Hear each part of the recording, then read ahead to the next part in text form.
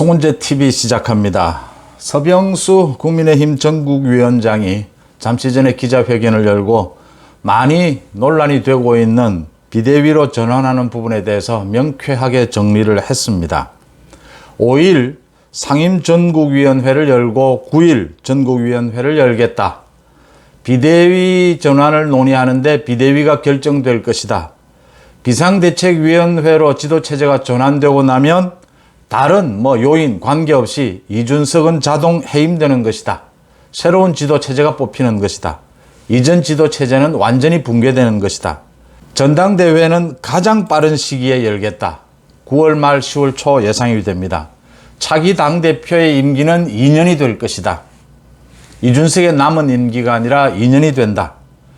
아주 명쾌하게 해석을 내리고 이런 국민의힘 기조국의 유권 해석에 따라서 서병수 위원장은 오는 5일 상임전국위원회를 열어서 당헌 당규를 이같이 해석하고 여기에 또 필요한 보완되는 당헌 당규 개정 작업을 하겠다. 그 다음 상임전국위원회에서 전국위에 요청하는 형식이 되어야 하니까 이 두 위원회 다 서병수 위원장이 맡고 있습니다.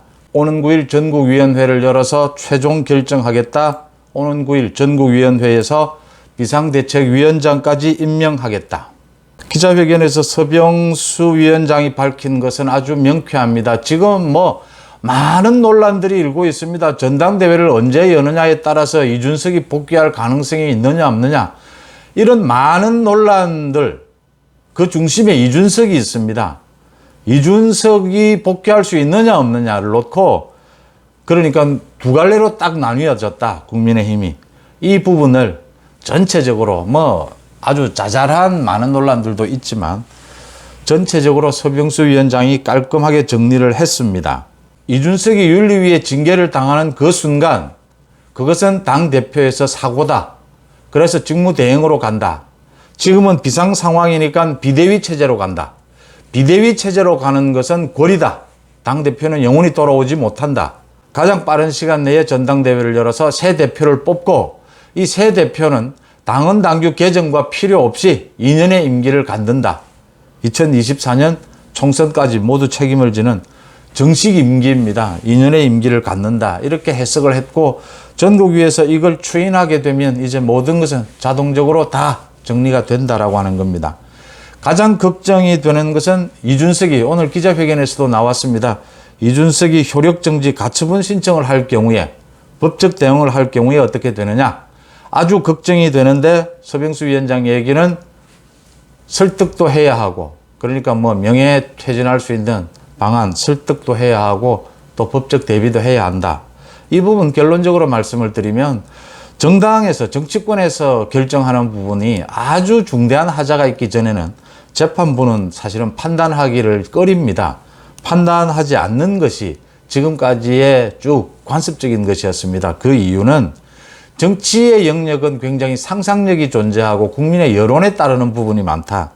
그래서 자꾸 하나하나에 법 해석, 당헌 당규 해석 하나하나에 이렇게 얽매이는 것이 적정하지 않다. 또 하나 중요한 것은 현실적으로 이게 법원에서 사후에 판단을 하게 되면 모두를 고쳐야 하는데 공무원이 윤석열 검찰총장이 징계를 받는 이런 부분은 가처분 신청이 받아들여지면 윤석열 검찰총장이 다시 출근하면 됩니다.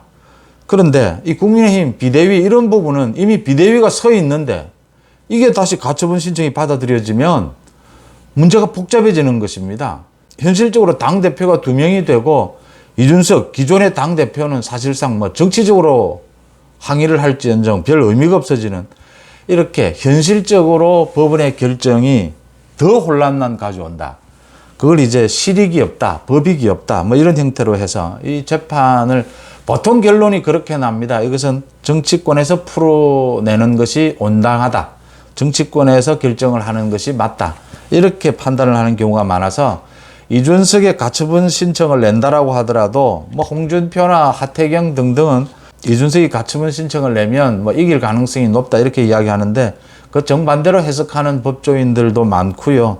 또 하나는 이준석에 대해서 경찰 조사가 남아있는 만큼 권성동이 나서서 이준석과 대화를 해보는 이준석이 스스로 결단을 내리는 것이 앞으로 그래도 정치적으로 조금이라도 가능성이 있는 그런 여지가 있다라고 하는 점에서 이준석을 설득하는 방법도 병행하겠다라는 게 온당해 보입니다. 서병수 위원장이 굉장히 많은 유권 해석도 했고 당헌 당규 필요한 부분은 개정을 통해서 보완하겠다라고 이야기를 하면서 5일 상임전국위 9일 전국위원회를 열어서 비대위 체제로 전환하겠다. 비대위가 만들어지면 기존 지도 체제는 모두 붕괴되는 것이다. 이준석 대표는 자동으로 해임되는 것이다. 다시 논란이 될 것이 없다.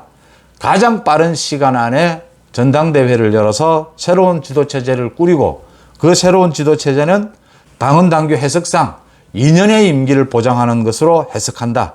이 부분을 전국위에서 추진하겠다. 이렇게 이야기를 했습니다.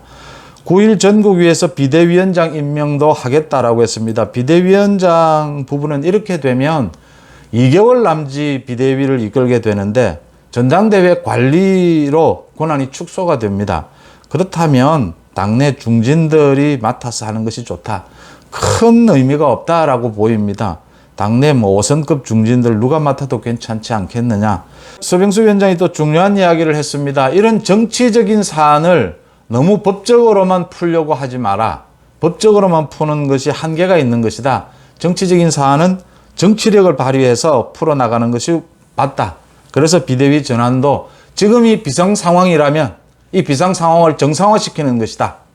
그렇다면 이준석에 대한 설득 부분이라든지 최고위원회의도 앞으로 결정할 부분들이 더 남아있는데 그런 부분들을 모두 정치적으로 풀어내는 것이 맞다. 당내에서 많은 논란들이 있는데 이제 의견을 하나로 집중해 가는 것이 맞다. 전국위 서병수 위원장이 이렇게 유권 해석에 따라서 결정을 하고 전국위에서 이같이 결정을 하겠다라고 한 만큼 이제 당이 사실상 두 개로 쪼개지다시피 해서 이준석이 다시 복귀할 수 있느냐 없느냐를 가지고 지금 굉장히 많은 부분에서 논란을 일으키고 있는데 그런 논란이 크게 의미가 없어졌다는 부분입니다. 잘 정리되어 가고 있다. 국민의힘이 정상적으로 제자리를 잡아가고 있다. 그런 모습을 보이고 있다라고 하는 것입니다. 비대위가 출범하게 되면 이제 최고위원회의도 자동적으로 해산이 되고 비대위원장, 그 다음 비대위원들 선임이 되고 나면 모두 이제 비대위 체제로 전환이 됩니다. 또 2개월 안에 빠른 시간 안에 전당대회를 해서 새 대표도 뽑게 됩니다. 서병수 전국위 위원장이 가급적 빠른 시간 오늘 오후에 잠시 전에 기자회견을 열고 당내에서 논란이 일 수 있는 이 많은 부분들에 대해서 깔끔하게 정리한 것은 잘한 일이다라고 보입니다. 불필요한 논란이 계속될 필요는 없다.